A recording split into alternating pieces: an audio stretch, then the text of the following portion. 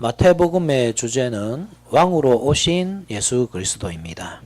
그래서 계보가 향하고 있는 목표도 왕의 계보를 따라오고 계신 예수 그리스도입니다.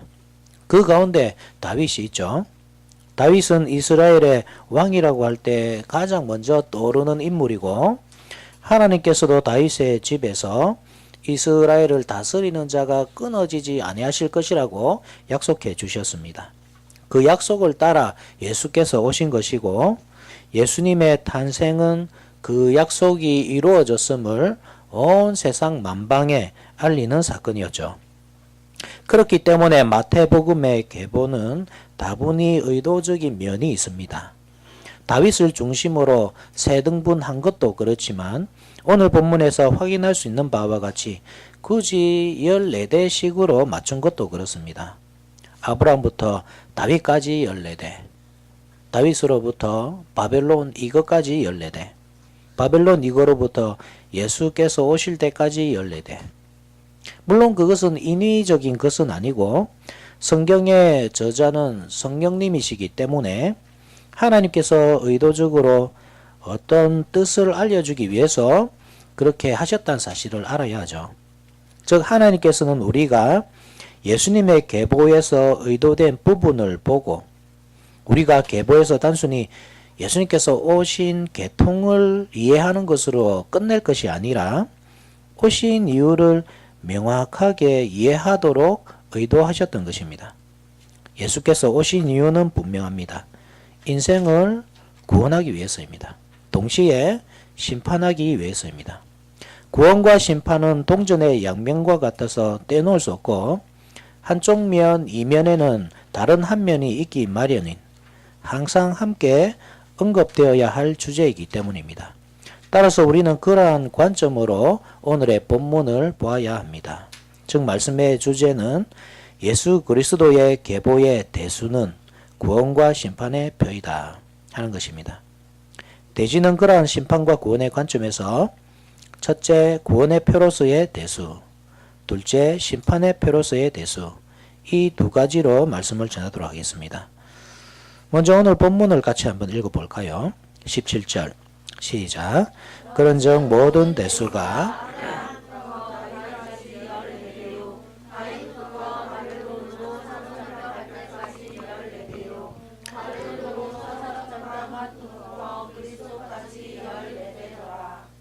이 말이 의도적이라는 말은 원래는 이렇게 14대씩 딱딱 끊어지는 것이 아니죠. 우리가 지금까지 계보를 살펴보았지만 아시아, 요아스, 아마샤와 같은 사람들이 이 계보 중간에 빠져 있습니다. 무엇보다도 마지막 세 번째 달라 바벨론 니거에서부터 예수 그리스도까지 여고냐가 한 번 더 언급되고 있는데 물론 다른 인물들도 두 번씩 언급되지만 특별히 여고냐는 여기서 한 번 더 언급됨으로써 14라는 숫자가 맞춰지고 있기 때문입니다. 여고냐를 빼면 13명입니다. 그래서 학자들 사이에서는 이견이 많죠. 원저자의 실수다. 하나님이 원저자이심을 믿지 않기 때문에 이런 불경스러운 말을 하는 것이지만 오히려 이 또한 의도적으로 보이는데 우리가 지난 시간에 여고냐에 대해서 살펴보았지만 포로로 잡혀가기 전에 여고냐와 잡혀간 후에 여고냐는 완전히 다른 사람입니다. 포로로 잡혀가기 전에 그는 불신자였습니다. 하나님의 징계를 받아 포로로 잡혀갔고 그것은 무덤 속으로 들어가는 것이었습니다. 즉 죽은 것과 다름없는 것이었습니다.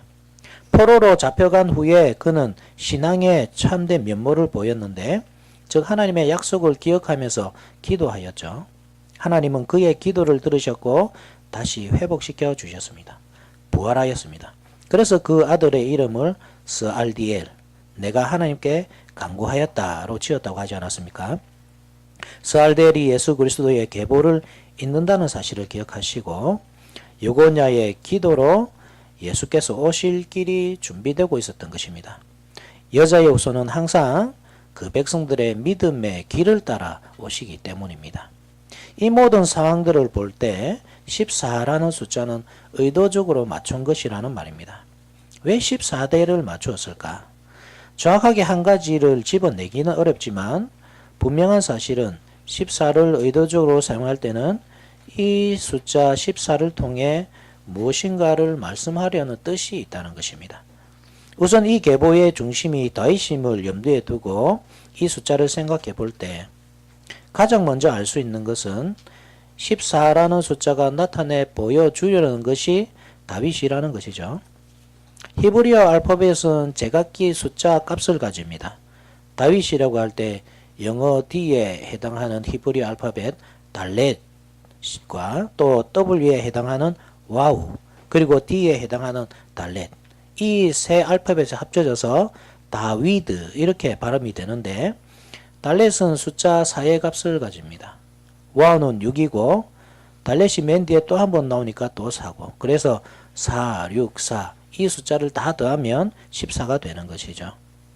계보가 세 가지 단계로 구분된다고 할 때, 즉 아브라함부터 다윗까지, 다윗에서 바벨론 이거까지, 바벨론 이거로부터 예수 그리스도까지 구분되어 있지 않습니까?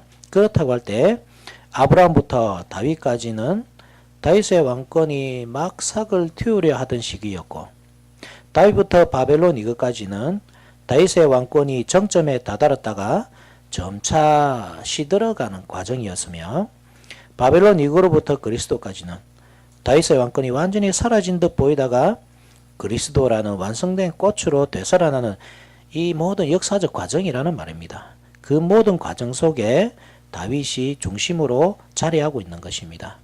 물론 그것은 인간 다윗이 대단하기 때문이 아니라 그가 가진 직분 때문이죠. 왕이라는 직분, 하나님의 통치를 드러내는 그 직분이 중요하고 다윗은 그 직분의 대표자로서 중요하게 언급되는 것입니다. 핵심은 왕으로 오신 예수 그리스도이십니다.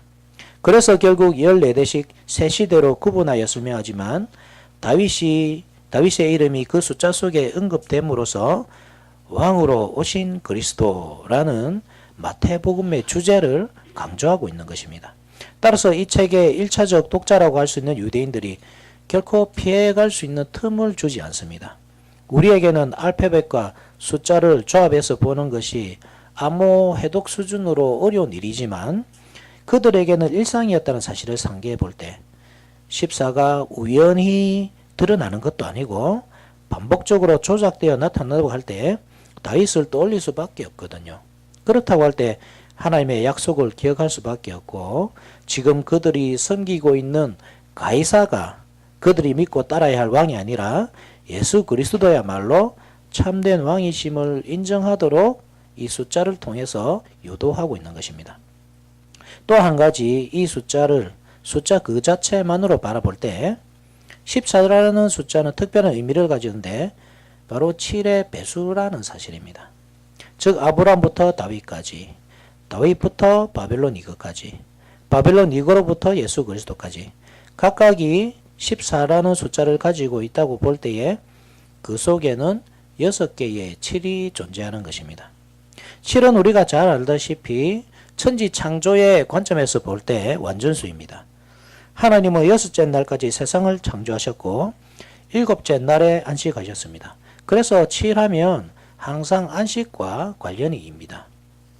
안식일, 물론 7째 날이죠. 7째 주도 의미가 있습니다. 이스라엘 백성들이 출애굽했을 때 7주 만에 시내산에 도착을 하였고 하나님은 십계명을 그 백성들에게 주셨습니다. 십계명은 새로운 법이거든요. 애굽에 종살이를 하던 그 백성들을 그 매였던 곳에서 구원하시고 즉 그들은 애굽의 법도 그들이 주인으로서 이스라엘 사람들을 얽어매기 위해 준 그 모든 법도에서 자유롭게 되어 하나님의 법에 따라 살도록 십계명을 주신 것입니다. 그렇기 때문에 십계명은 그 백성들을 올가매는 것이 아니라 자유인 것이죠. 자유 대헌장이 십계명입니다. 우리가 하늘나라의 법에 순종하며 산다고 할 때에 사탄의 법에서부터 자유롭게 되는 것입니다. 사탄의 법은 우리로 하여금 죽음에 이르도록 하는 것이기 때문에 사망에서 자유하게 되는 것입니다. 자유와 생명이 있죠. 그것이 바로 십계명입니다. 신약시대에 그것은 오순절로 발전을 합니다. 즉 예수께서 유월절 어린 양으로서 돌아가셨다는 말입니다. 유월절이 무슨 절기이죠? 애굽에서 탈출한 것을 기념하는 절기죠. 예수님께서 유월절 어린 양으로서 돌아가신 후 50일째 되던 날, 오순절날 성령께서 임하셨습니다. 그것이 오순절이죠. 즉 오순절은 이스라엘 백성들이 시내산에 도착한 사건과 동일한 의미를 가지는데, 옛날 이스라엘 백성들은 애굽의 종살이로부터 자유하게 되었지만 우리는 죄의 종살이로부터 자유하게 되는 것, 그 자유의 헌장이 공포된 날이 오순절인 것입니다. 차이점이라고 한다면 시내산에서 하나님은 그 자유의 법을 돌판에 새겨서 그 백성들에게 주셨지만 오순절날 성령께서는 그 법을 우리의 마음판에다가 새겨주셨습니다.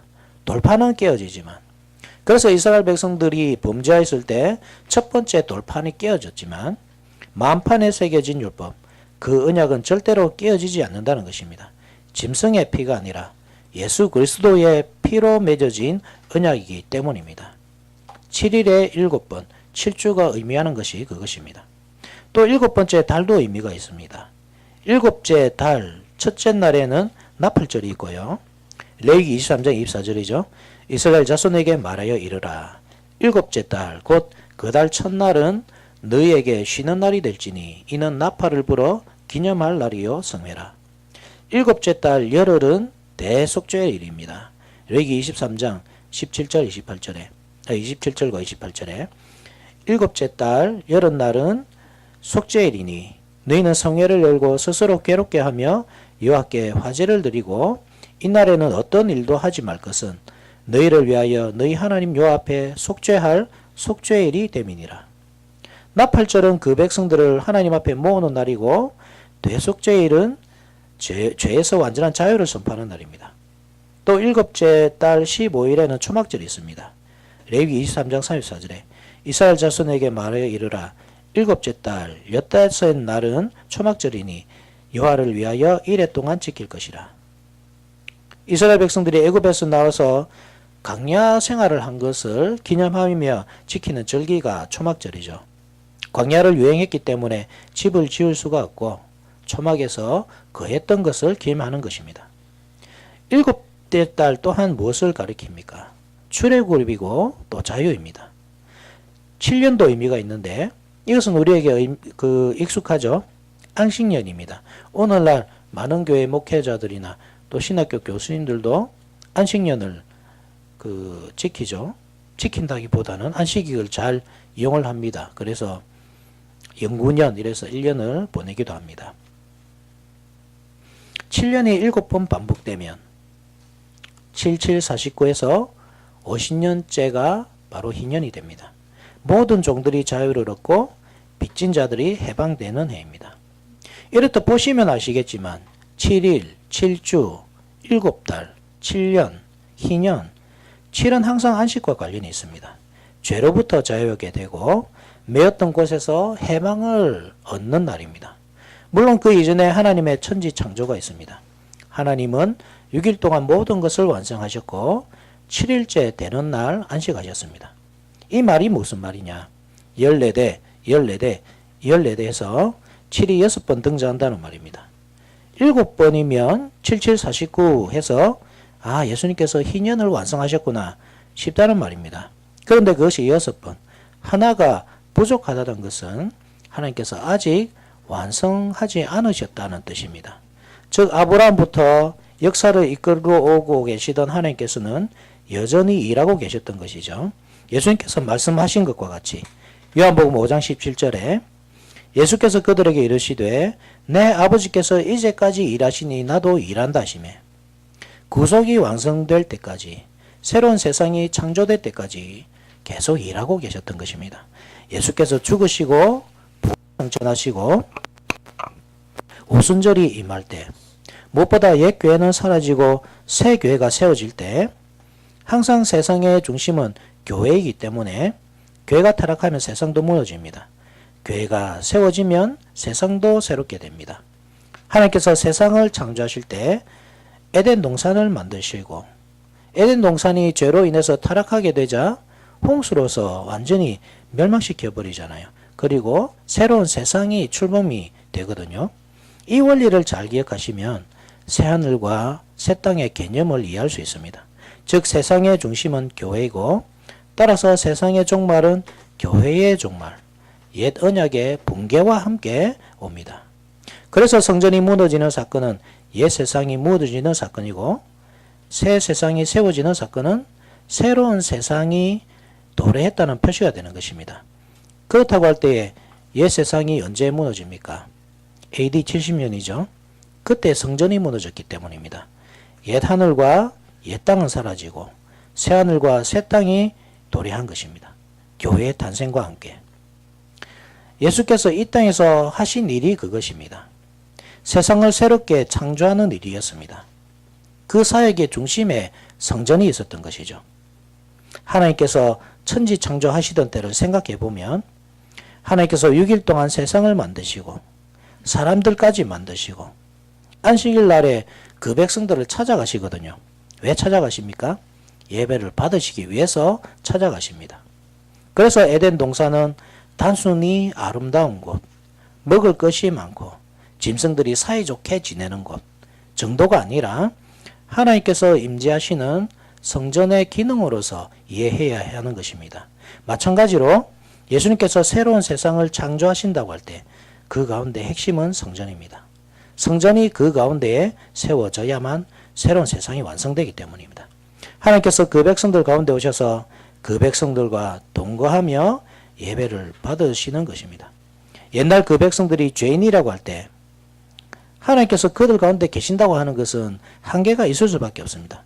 그러나 예수님께서 그 백성들의 죄를 완전히 씻으시고 새 사람으로 재창조하실 때는 그 백성들의 죄 문제가 완전히 해결되기 때문에 하나님께서 그 백성들과 함께하는 일은 더 이상 한계가 없는 것입니다.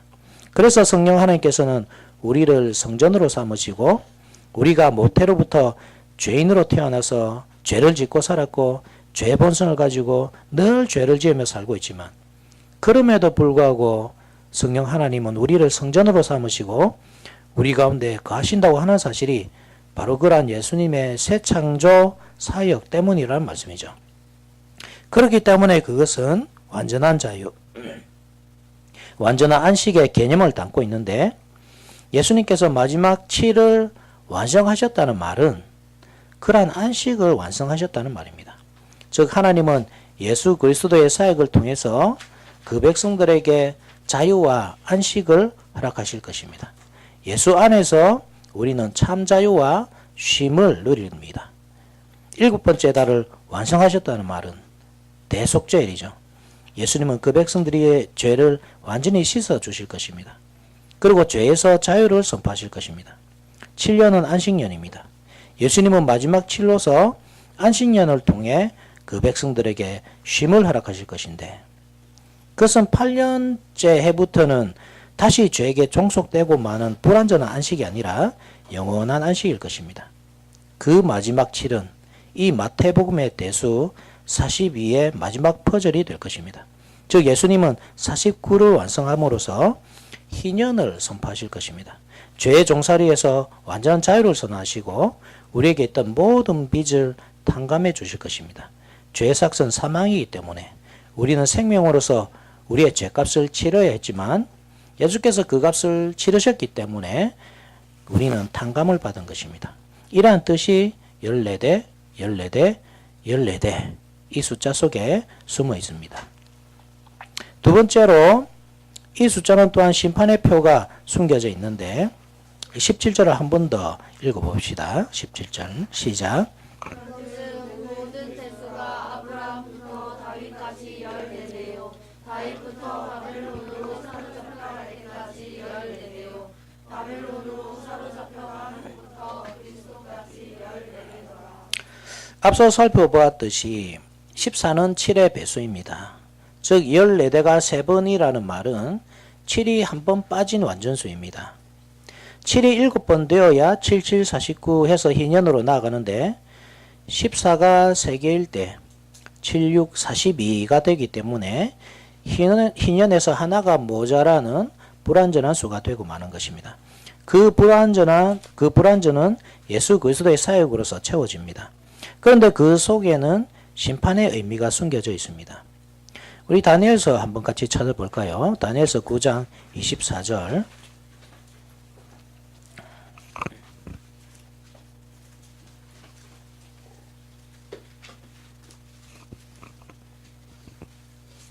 다니엘 9장 24절. 같이 우리 한 목소리 한번 읽어봅시다. 시작. 내 백성과 내 거룩한 성을 위하여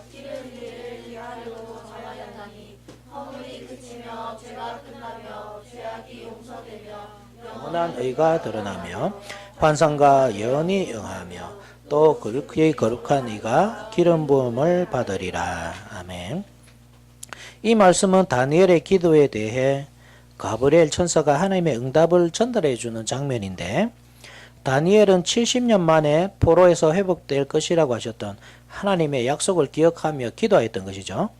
하나님, 약속하신 기한이 다 되었는데 우리는 언제 회복이 됩니까? 그에 대한 응답이 71회의 기한이 더 남아 있다는 바로 이 말씀입니다. 여기서 71회라는 것은 70 곱하기 7입니다. 1은 70이죠. 1에 7이죠. 그래서 70 곱하기 7입니다. 즉 490년이라는 시간을 나타내는 단어입니다.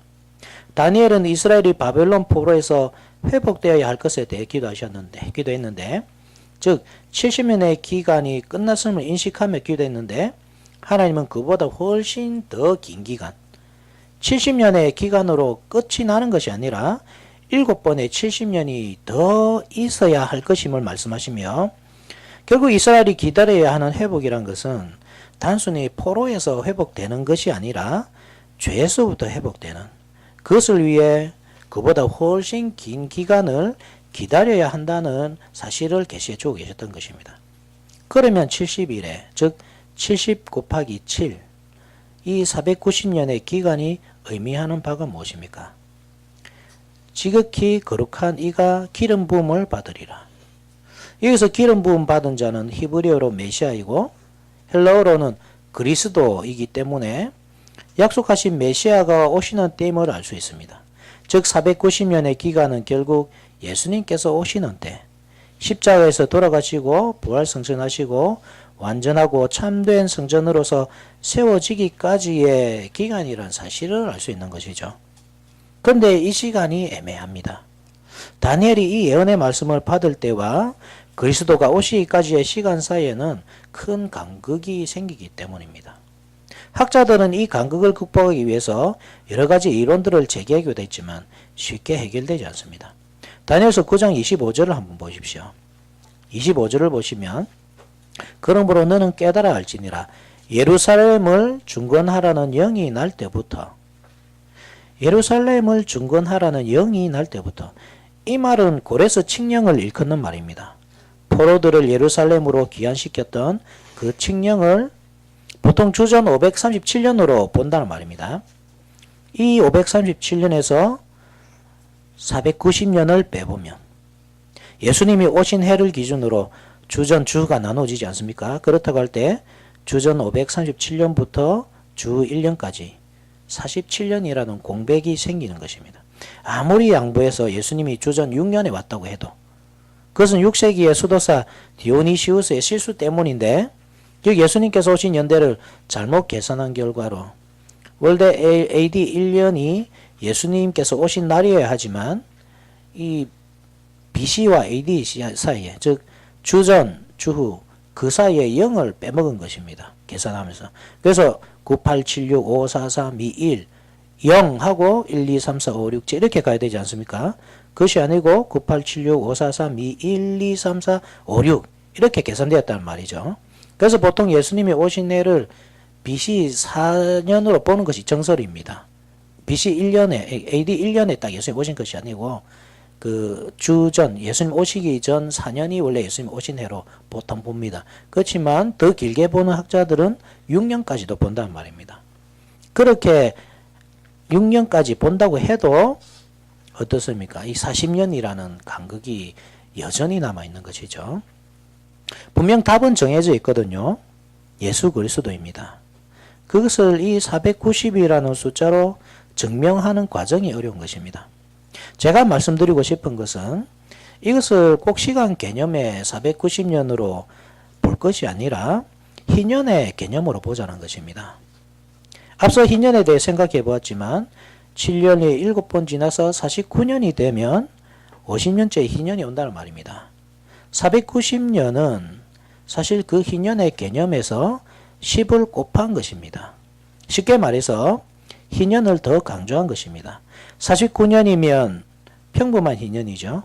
근데 490년이라고 하면 10배의 희년이기 때문에 훨씬 크고 완전한 개념의 희년이 되는 것입니다. 70년이 바벨론 포로를 상징하는 숫자이듯이 70년의 7번의 반복은 그러한 포로 생활의 기간이 그만큼 더 길게 이어질 것이고 그 기간이 끝날 때 마치 70년의 포로 생활을 끝낸 유대인들이 자유를 누렸듯이 훨씬 더 큰 자유가 허락될 것이라는 약속이 이 기간을 통해서 주어지고 있는 것입니다. 베드로가 예수님께 내 형제가 내게 범죄하면 몇 번이나 용서해 줘야 합니까? 7번 용서해 줘야 합니까? 그때 예수님께서 하신 말씀이 무엇입니까? 7번뿐만 아니라 70번에 7번까지라도 용서하라는 말씀이었습니다. 마태복음 18장 22절에 예수께서 이르시되 내게 이르노니 7번뿐 아니라 7번을 70번까지라도 할지니라. 이 말씀을 단순하게 이웃 사랑과만 연결시켜서는 안 됩니다. 이 말씀 속에는 하나님의 오래 참으심과 그 심판, 과연 언제까지 참으시며 언제 심판하실 것인가에 대한 해답이 들어있는 것입니다. 즉 하나님은 70번에 7번, 72일을 참으시고 인내하실 것입니다. 마치 이스라엘 백성들이 죄를 저지르지만 당장 심판하시지는 않고 회개할 기간을 주시듯이 하나님은 죄지은 사람에 대해서 오래 참으시는 분이십니다. 70번에 7번을 참으시는 분이십니다. 영원히 참으시는 것은 아니지만 완전하게 참으십니다. 그래서 사람으로 하여금 변명할 수 없도록 왜 우리에게 깨달을 시간을 주시지 않습니까? 왜 우리에게 회개할 기간을 주시지 않습니까? 변명할 수 없도록 완전한 부족함이 없는 회개의 시간을 주시는 것입니다. 그것을 완전수 70번에 7번으로 표현한 것입니다. 마찬가지로 71회라는 말의 뜻은 70번에 7번이라는 말과 같이 마지막 때가 올 때까지의 시간이 완전히 참으시는 기간일 것이라는 의미입니다. 물론 포로 생활과 같을 것이고 괴로운 시간이 될 것이지만 그 시간이 완전히 지나갔을 때 회복이 있을 것이고 그것은 바벨론에서 회복된 것과는 비교도 되지 않을 자유와 기쁨이 주어지는 때인 것입니다.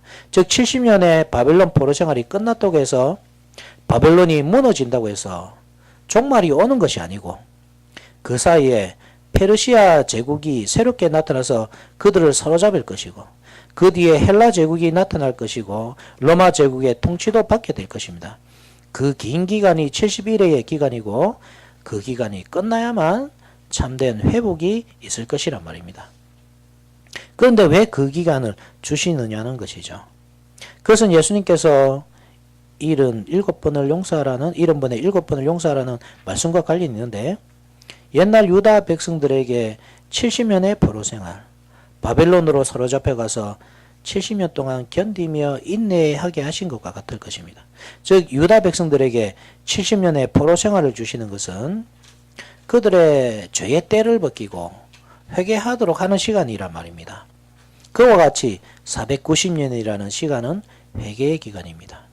회개하고 돌이켜야 하는 시간입니다. 예수님께서 6일에 즉 7 곱하기 6의 마지막 7의 완성으로서 오셨다고 할 때 그것은 물론 그 백성들이 포로에서 회복되고 참 성전이 세워질 것에 대한 약속이기도 하지만 심판의 선언이기도 한 것이 예수님은 그 7년 동안 회개의 복음을 전하시거든요. 즉 회개의 기간이 주어지고 있는 것입니다. 그 회개의 기간에 자신의 죄를 돌이키고 회개하는 사람은 70년 뒤에 주어질 안식과 새 세상에서 하나님과 함께 누리며 살게 될 것이지만 회개하기를 거부하고 죄의 길을 계속 따라가는 사람은 옛 세상과 함께 멸망하고 말 것입니다. 즉 예수님께서 490년 희년의 마지막 퍼즐이라고 할 때 예수님의 탄생으로부터 마지막 심판이 임하기까지는 70년의 기간이 주어질 것입니다. 70년 후에는 회개의 기회가 완전히 사라질 것입니다. 마치 노아 시대에 하나님께서 홍수 심판이 임하기 전에 먼저 회개할 기회를 주시듯이 창세기 6장 3절에 여호와께서 이르시되 나의 영이 영원히 사람과 함께하지 아니하리니 이는 그들이 육신이 됨이라. 그러나 그들의 날은 120년이 되리라 하시니라. 여기서 120년은 회개의 시간입니다. 그 기간에 노아가 방주를 만들잖아요. 그러면 자신의 죄를 돌아보고 회개해야 하는데, 그래서 방주 속으로 들어갈 생각을 해야 하는데, 그것이 아니라 방주를 만들던 노아를 비웃고 핍박하였던 것이죠. 그 결과 홍수와 함께 망하고 말았습니다. 유대인들도 마찬가지입니다. 예수께서 오시고 마태복음의 계보가 그것을 계시하고 있지만 다윗의 후손으로서 왕으로서 오시고 대희년을 선포하셨다는 말입니다. 다니엘을 통해서 주신 예언의 말씀 490년의 기간이 다가왔다는 사실을 조금만 주의를 기울여서 성경을 살펴본다면 다 알 수 있는 내용입니다. 그러면 다니엘이 그랬던 것처럼 회개하고 그 약속의 때를 기다리며 있어야 하는데, 자유를 선포하는 예수님에 대해서 우리가 종이 된 적이 없거늘 왜 우리에게 자유를 이야기하느냐고 반대했던 것이죠. 요한복음 8장 32절에 진리를 알지니 진리가 너희를 자유롭게 하리라. 이어서 33절을 보면 그들이 대답하되 우리가 아브라함의 자손이라 남의 종이 된 적이 없거늘 어찌하여 우리가 자유롭게 되리라 하느냐. 죄의 종이라는 사실, 자기가 죄인이라는 사실을 인정하지 않는 것이죠. 그렇게 그들은 회개할 수 있는 기간을 낭비해 버렸습니다. 그리스도를 핍박하였습니다. 그리스도인들을 핍박하였습니다. 교회를 핍박하였습니다. 결국 하나님의 심판이 그들에게 임했습니다. AD 70년이 그것을 증명합니다. 하나님의 말씀은 단 하나도 땅에 떨어지지 않고 이루어진다는 사실이 증명되었습니다. 옛날 바벨론을 이용하셔서 유다를 심판하셨던 하나님께서는 로마라는 나라를 이용하셔서 또 한 번 심판하셨습니다. 옛날에는 느부갓네살이 성전을 무너뜨렸지만 AD 70년에는 로마 장군 티투스가, 물론 그도 나중에 로마의 한 황제 중에 한 사람이 됩니다. 티투스가 성전을 무너뜨렸습니다. 옛날 유다 백성들이 바벨론에서 70년간의 회개의 시간이 주어졌듯이 예수님 당대의 유대인들에게도 이 70년이라는 기간이 주어졌습니다. 그것은 공식적인 회개의 기간이었습니다. 그들이 예수 그리스도를 구주로 영접하고 자기들의 죄, 그 근본적인 죄로부터, 원죄로부터 하나님을 잘못 믿고 생긴 죄까지 회개하고 돌이킬 때 하나님은 그들을 옛날 바벨론의 포로 생활에서 돌이키셨던 것처럼 죄의 포로 생활에서 돌이키실 것입니다. 그것은 바벨론 포로에서 돌아와 누렸던 자유와는 비교도 할 수 없는 자유입니다. 비교도 할 수 없는 기쁨이고 영광입니다. 그런데 그것을 거부한 것이죠. 왜냐하면 그들이 생각한 메시아는 그들을 이방인들의 모든 압제로부터 구원하시고 다윗 시대와 같은 화려한 미래를 펼쳐줄 왕이라 생각했기 때문입니다. 그러나 하나님께서 약속하신 메시아는 그들을 이방인의 압제가 아니라 죄의 노예 상태에서 회복시켜줄 정치적 왕이 아니라 제사장적 왕이었기 때문입니다. 메시아가 기름 부음 받은 자라고 할 때 애초에 그것은 그런 뜻을 가지 말입니다.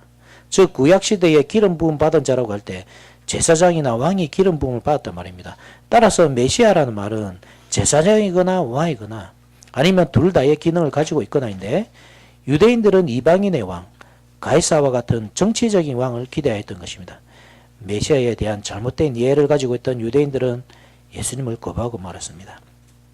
예수님이 바로 그 메시아, 왕 같은 제사장이셨음에도 불구하고 그들의 기대에 미치지 못했기 때문에 임의로 그 자격을 박탈하고 말았습니다. 그것은 일종의 군사 쿠데타였습니다. 요한복음 19장 15절에 같이 한번 찾아봅시다. 요한복음 19장 15절.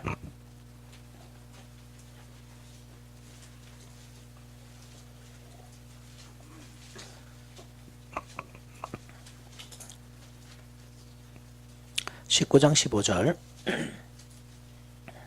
같이 한번 읽읍시다. 시작. 그들이 소리 지르되 없이 하소서 없이 하소서 그를 십자가에 못 박게 하소서. 빌라도가 이르되 내가 너희 왕을 십자가에 못 박으랴. 대답하되 가이사 외에는 우리에게 왕이 없나이다 하니. 메시아를 거부한 그들은 결국 돌이킬 수 없는 결말을 맞이하고 말았습니다. AD 70년에 그들의 성전은 완전히 무너지고 말았습니다. 그러나 하나님은 그보다 더 영광스러운 성전, 예수 그리스도의 몸으로 세워진 성전을 이 땅에 남겨놓으셨습니다. 그것이 바로 교회입니다. 즉 예수님께서 마지막 칠로서 완전한 희년의 마지막 퍼즐이라고 할 때 교회가 세워짐으로써 이 퍼즐이 완성되었던 것입니다. 완전한 것이 올 때 그림자는 사라져야 합니다. 참된 것이 나타날 때 거짓 것은 설 자리를 잃게 됩니다. 교회가 세워지자 성전은 무너지고 말았던 것입니다. 심판입니다. 따라서 우리에게 교회를 허락하셨다는 말은 영광스러운 말이지만 동시에 아주 큰 책임을 불러일으키는 말이기도 합니다. 교회를 바르게 세울 때 거기에는 참된 희년이 있고 자유와 영광이 있지만 바르게 세우지 않을 때 저주와 심판이 있을 것이란 뜻이기 때문입니다. 우리가 단지 교회라는 이름으로 이 시대에 모여있기 때문에 참이라고 생각하면 안 됩니다. 그것이 참된 것이어야만 참이라고 할 수 있습니다. 그러면 교회는 어떻게 세워집니까? 참 교회의 표지가 드러나야 하는 것입니다. 말씀과 성례와 권징이라는 이 표지가 교회를 통해서 드러날 때 그때 우리 교회가 참이라고 말할 수 있는 것입니다. 그렇지 않을 때 우리도 만약 옛날 유대인들과 같이 물리적인 자유를 추구하고 물질적인 풍요를 추구할 때 그래서 그것으로 영광을 드러내려 하고 자랑거리로 삼으려고 할 때 그것은 거짓된 것이라는 표지가 되기 때문에 결국 무너지고 말 것입니다. 오직 말씀으로 세워진 교회, 그래서 그리스도의 형상을 드러내고 그 영광으로 빛나는 교회, 성례를 통해 은혜를 누리며 권징이라는 기능을 통해 날마다 자신을 정결하게 가꾸어 나가는 교회가 참된 교회이고 예수께서 세우신 교회이고 성전을 대체한 교회이고 사도적 전통 위에서 하나님의 영광을 드러내며 마지막 날까지 무너지지 않을 교회입니다. 우리는 그런 교회를 세워야 합니다. 이 땅의 것들을 부인하면서 하늘의 것들을 사모해야 합니다. 이 땅의 것들이 재료가 아니라 하늘나라의 것들이 재료가 되어야 합니다. 이 땅의 것은 그 아무리 좋은 재료로 튼튼하게 세운 것이라 해도 언젠가는 노후되고 썩고 녹슬고 무너지지만 하늘의 것으로 재료를 삼아 지은 건축물은 그 어떤 환경 속에서도 로마가 아니라 세상 그 어떤 강대한 나라가 시도한다고 하여도 결코 무너뜨릴 수 없는 건축물이 되기 때문입니다. 우리는 그런 교회를 세워야 합니다. 믿음으로 세워야 합니다. 믿음이 없으면 헛것입니다. 사람이 많이 모여도 큰 예배 처소를 가진다고 해도 다 헛것입니다. 믿음이 없으면 믿음으로 세운다고 할 때 그 어떤 상황도 극복할 수 있습니다. 사도 바울이 고백했듯이 비천에도 처할 수 있고 풍부에도 처할 수 있습니다. 빌립보서 4장 12절에 나는 비천에 처할 줄도 알고 풍부에 처할 줄도 알아. 모든 일 곧 배부름과 배고픔과 풍부와 궁핍에도 처할 줄 아는 일체의 비결을 배웠노라. 문제는 물리적인 것에 있지 않고 영적인 것에 있기 때문입니다. 즉 규모가 크다고 옳은 것도 아니지만 규모가 작다고 해서 옳은 것도 아닙니다. 숫자가 많든 적든 거기에 집중하면 안 되고 우리의 믿음이 올바른가 그렇지 않은가에 집중해야 합니다. 우리가 그리스도를 닮아 있고 닮아가고 있는가, 그 형상을 드러내고 있는가, 그래서 우리 교회가 그 영광으로 빛나고 있는가 거기에 집중해야 합니다. 그러면 우리는 안전합니다. 하나님은 완전한 희년을 우리에게 주실 것입니다. 복음 안에서 참된 자유를 누릴 것입니다. 죄로부터 죽음의 공포로부터 자유하게 될 것입니다. 새 세상이 주어질 것입니다. 죄로 물들어 하나님과 상관이 없는 결국 무너지고야 말 옛 세상이 아니라 사자가 풀을 뜯고 이리와 표범이 어린 양과 함께 뒹굴며 어린아이가 독사굴에 손을 넣어도 상하지 않는 낙원이 이 교회를 통해서 우리에게 주어질 것입니다. 예수 그리스도께서 이루실 그 구원의 일, 안식을 가져오신 일, 새 세상을 만드신 일이 바로 그러한 사람들을 위한 것이기 때문입니다. 말씀을 맺겠습니다. 예수 그리스도의 탄생은 하나님께서 이루어신 구속사역의 완성입니다. 하나님께서 약속하셨던 그 구속 역사의 정점이 예수 그리스도의 사역입니다. 그것은 구약 성도들에게는 비밀이었고 도저히 풀 수 없는 문제였습니다. 그러나 우리에게는 그 해답이 제시되고 있습니다. 예수 그리스도. 그분이 이 모든 역사의 해답이시고 모든 퍼즐의 마지막 조각이십니다. 즉 우리가 그분을 알고 있다는 것, 그분을 구주로 모시고 있다는 것은 그 모든 해답을 가지고 있다는 뜻이고 또 완성할 수 있다는 뜻입니다. 즉 우리 삶에 의문이란 있을 수 없습니다. 엉뚱한 곳에서 해답을 찾으려고 해서는 안 됩니다. 해답은 교회에 있고 말씀에 들어 있습니다. 그것을 통해서 답을 얻어야 합니다. 그래서 의문투성이의 삶. 과연 인생은 어디서부터 와서 어디로 가는가? 무엇을 먹고 무엇을 입으며 살아야 하는가? 어떤 일을 해야 하고 무엇을 위해 살아야 하는가? 언제 태어나서 언제 죽을 것인가? 어떻게 죽을 것인가? 죽을 때 무엇을 이 땅에 남겨놓아야 하는가? 그 모든 삶의 의문들 속에서 빛을 발견할 수 있습니다. 그 빛을 발견하고 그 길로 걸어가야 하죠. 그래서 다 알 수 없는 불안, 다 이룰 수 없고 다 경험할 수 없고 다 누릴 수 없는 그 모든 공포로부터 자유해야 합니다. 예수 그리스도가 답이기 때문에 그분을 모시고 있다면 우리는 다 이룬 것이고 다 누리며 사는 것입니다. 이런 사실을 잘 기억하시고 예수 그리스도만 붙잡으시고 그분만을 소망으로 삼고 우리의 모든 삶을 바쳐서 참되고 바른 교회를 세워나가는 저와 여러분들이 됩시다. 아멘.